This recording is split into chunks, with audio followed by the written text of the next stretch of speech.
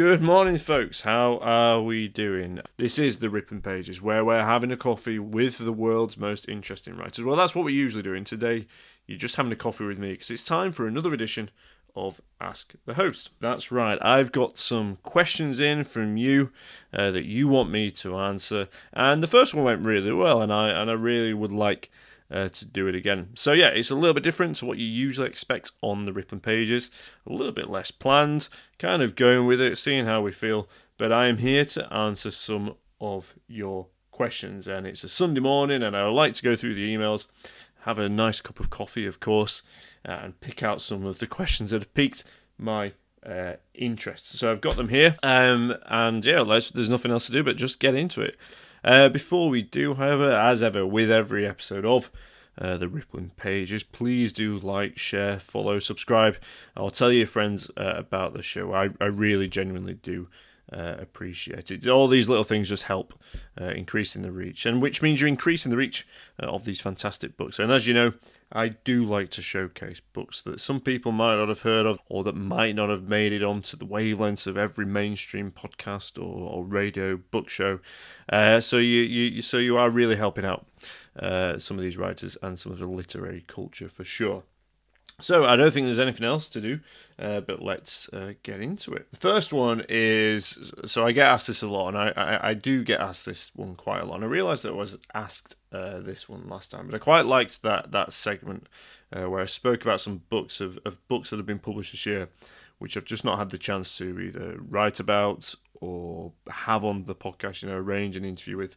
So I thought I'd pick out some books that I've enjoyed, again, that have either been published recently or going to be published. And the first book that I'd like to mention is called On the Clock, and it's by the French writer Claire Baglin, translated by Jordan Stump for Daunt Books. It's the book that sort of might be labelled as, looking at social inequalities, but it's written in a very dry, acerbic kind of tone, and it's about a young family as they move through life, and where a woman is working in a burger chain. And I just love the way that Baglin tries to create a narrative out of essentially repetitiveness, meaningless work, or is there meaning in this work, and that sense of being on the clock. I mean, I've had these jobs, I've worked in customer service jobs, and where you are literally clocking in to start getting paid, and as soon as you get clocked out, you're not getting paid anymore. And those times, when you're fighting for hours with other people, it can be really precarious. So there's something in this, but it is that dry, acerbic tone. It gives it this sort of humour at times, this really bleak humour, and I think that's why I really enjoyed it. It reminded me a little bit of the Dardenne brothers, the Belgian directors, and the film that they did with Marion Cotillard, 2 Days, 1 Night, and just that sense of the repetitive nature of life, when that sense of there are big things at stake in the lives of people having small towns when they need work, compassion, treating it in a humane and compassionate way. The next one is very different. Well, not very different, but slightly different. A different path we've gone down here for sure. It's failed summer vacation. That's the title by Hu Jung He. Hu Jung He is a Korean writer, so this one is translated by Paige Anaya Morris, and it's a series of short stories from the short story publisher Scratch Books, who've published some brilliant books in recent years, led by Tom Conahan. I had Claire Carroll on the podcast. Not only short stories, but sort of form-defying short stories, and this is just it was such a refreshing read, and I found myself opening it up and just absolutely flying through it. It has this very sort of otherworldly kind of feel to it. It's full of wonderful sentences like this that just completely pull the rug from under your feet. From the title story, Failed Summer Vacation, for instance, this starts with, I'd long been obsessed with the idea that I was pretending to be something other than myself until the day I came to the realization I'd never entirely been me to begin with. I mean, that is just fantastic. Go straight into this story, and the next paragraph starts, Some stories are best when you haven't read them. Some movies most fascinating when all you've seen are their posters. The most terrifying curses, the ones that hang over you forever, which is why I choose to wander through the days with books I'll never read and movies I'll never watch. And it cuts itself off, and the next sentence is on the next paragraph. I like to swallow glass shards. The whole experience feels like you are been sharpened up by something, and it just brought me to life. So fantastic. Give that one a look. That's Failed Summer Vacation by Hoi Jong-He, translated by Paige and Naya Morris. The next one is another one from the Fitzcarraldo poetry list. And this one is by Sasha Debevich McKinney. Joy is my middle name. It's just got the way that it textures modern culture references, American presidents. I felt like I was walking through New York and I could hear these conversations happening. And she's so playful, but also quite political, and really talks about sexuality as well. And there's one though that's featured on the Real Housewives. I don't know if you've ever, I don't know if this is the right podcast audience, but I don't know if you've ever watched Bravo's Real Housewives. My wife absolutely loves it, and they all have these catchphrases that introduce the episode, and they're all quite witty and sharp. And Sasha plays on these and turns them into a poem. So you've got to give that one a listen. I don't think I don't think Byron was putting Real Housewives into his poems, was he? But give that one an incredibly artful again. So that's what I've been reading over the summer, plus lots of other things as well. I really enjoyed Lamrit Beccari's We Were Here, the exploration of black culture in Britain. I also enjoyed A Flat Place, Nori Masood. Finally caught up with that as well. So thanks for that. My next question is from a chap. It's from James, and James is down in Oxfordshire. And James has asked me, how is the French going? So I wonder, James, if we've met before. And I've told you that I'm trying to learn French. It's going all right. Going okay, thank you. I've been trying to learn French. And I've been trying to read some of my favourite French writers, the auto-fiction that I love in the original French as a way of learning. But it's going okay, thank you. I think the question I got last time was from my sister Faye, who asked if I could speak all languages or if I could speak to animals, and I would love to be able to speak lots of different languages. And thank you, thank you, James. And the next one is another practical podcast question, and it's from an Elaine in Canada. And Elaine wants to know how I interview people. Do I do any of them live? Do I have a recording studio? And how do you get prepared for them? It sounds like you do quite a bit of research. So thanks, Elaine. I'm glad that comes through, and that is true. I do some research. Read as much as I can, as much as time allows. And we've all got other commitments. I've got writing commissions. I've got a job in academia, and I've got to balance all this around. But it's the joy of the podcast. It's the joy of doing this that you get a chance to really go into a writer's history, and obviously be able to ask, be able to ask them about that. What greater privilege is there than that? But it's more often than not, as you know, sometimes I am interviewing international writers, so that means we're often doing this remotely. So that's it, really. There's no kind of behind the curtain stuff that goes on. Obviously, I've got technology that allows me to do that. But anyone within reason, I guess, can set up a podcast. But that's it. That's the kind of technicalities of all that. Okay, thank you for that. We'll do a couple more, I think. This one's come from Eden. Eden, I think this might be Eden at Next Chapter Books up here in Leeds. And Eden's asked me, what is my favourite bookshop? So I think this might be quite a loaded question from Eden. Eden is the host of Next Chapter Books. You can listen to a conversation that I have with her back around the time of Leeds Literature Festival. We're actually doing an event together down in the Corn Exchange where hosting, and I'm going to be speaking to Agnes Lidbeck, the Swedish writer who's coming up to Leeds, is on her book tour. Really excited for that one, so tickets for that are in my show notes.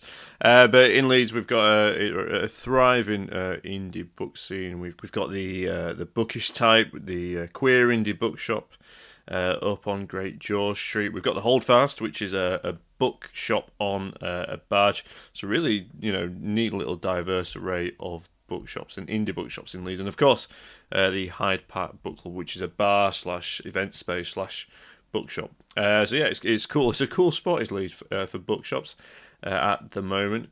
A bit further afield, I have to say the Minster Bookshop in York. I absolutely love this one. York is fantastic for bookshops. There's some brilliant charity shops, second-hand charity shops, but there's also a lovely array of little independent bookshops. There's the Little Apple Bookshop, which also does some really cool events.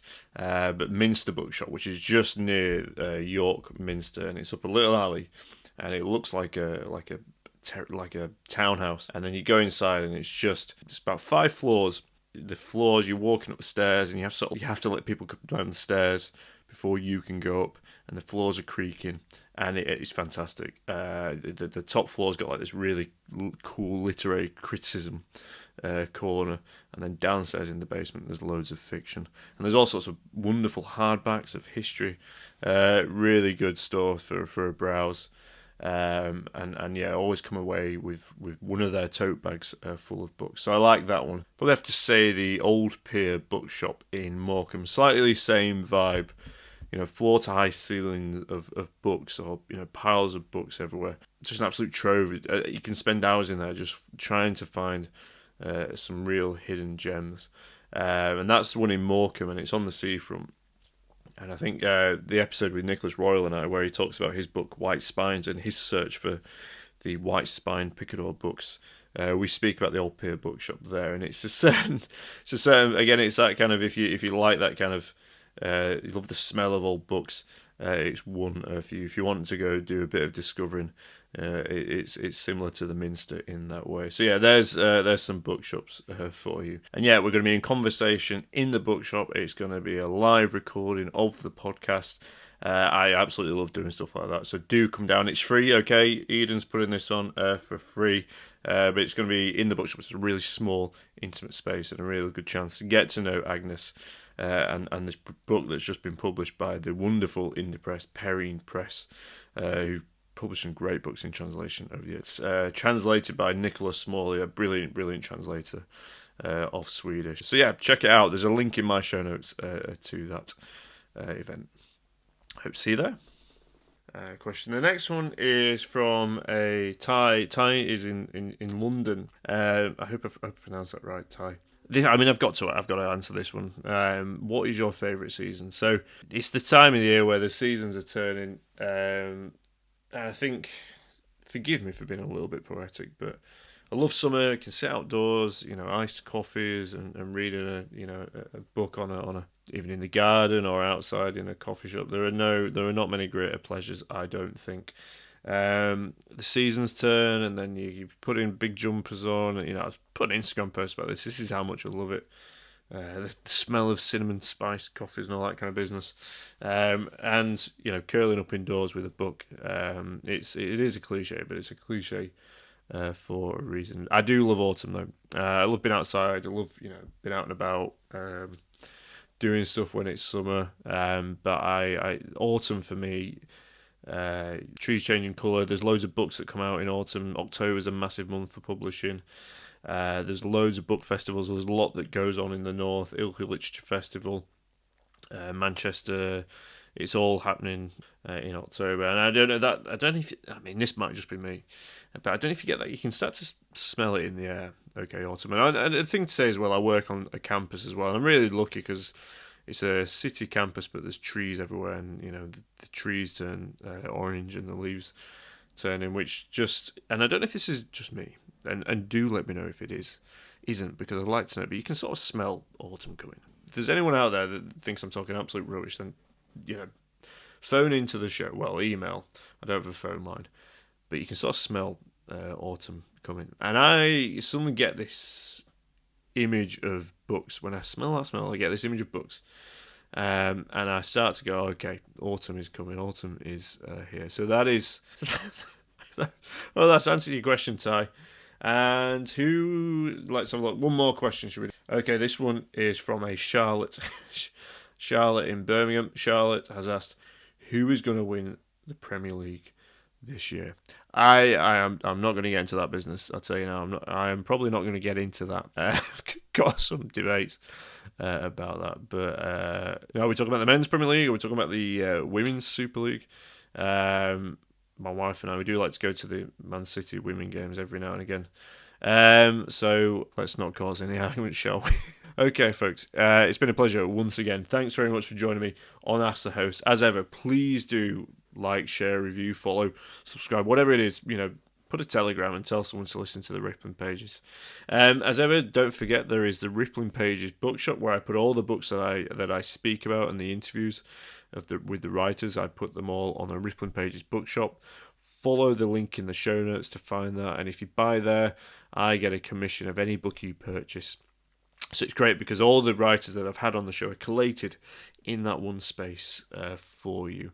So if you like the episode, you can go on there and you can go, oh, okay, fantastic, there's the book. Don't just go find it, don't just go find it anywhere else. And all the books are sourced from independent bookshops, which is great, which means we're supporting independent bookshop culture.